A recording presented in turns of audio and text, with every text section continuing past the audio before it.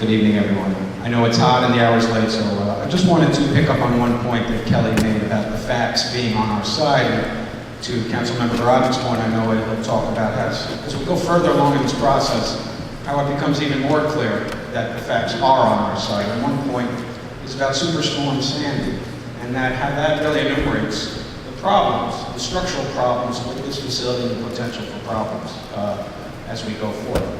The initial application to reopen or further expand the transfer station came in 2007, before Superstorm Sandy.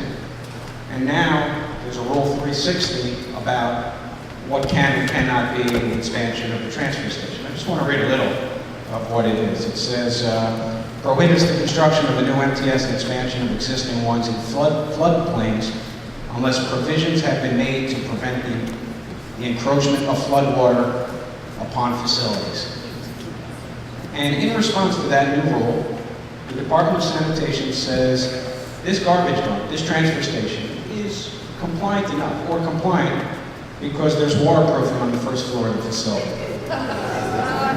Yeah, it is laughable, but the facts make it even more severe. Let me just give you one example. About 3 months ago, Assemblymember Rodriguez and I, both members of the State Assembly's Housing Committee, were in a Housing Committee hearing where the city's commissioner from NYCHA, Commissioner Shola Lote, came up to Albany and talked about Sandy spending.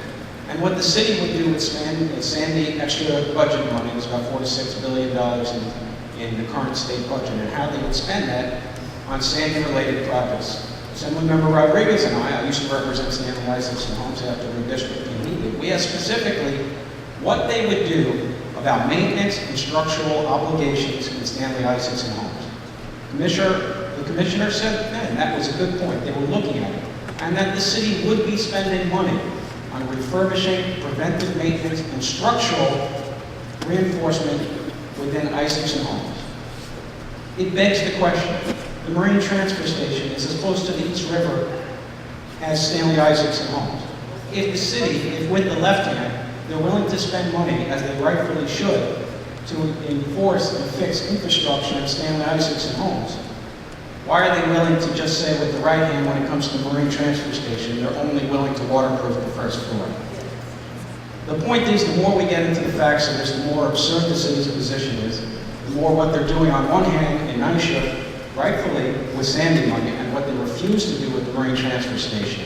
The facts are on our side. We have to reinforce points like this. We have to push for a DEC hearing, with an independent hearing mechanism that's not controlled by the City of New York, where people, an independent body, can look at these facts and make decisions separate and aside from the City of New York. Because I believe in facts. I dedicated my life as an attorney and an assembly member to believe that the right arguments, the right policy arguments, will ultimately win out. It's tough to continue that belief in this fight, but I do believe in it. And I think we'll have a better measure of success if we can get before the DEC and have a hearing and look at the facts. Because I can't believe anyone would look at the spending patterns of the City of New York, of these structural problems that exist post-Sandy, and say this project should continue. Thank you.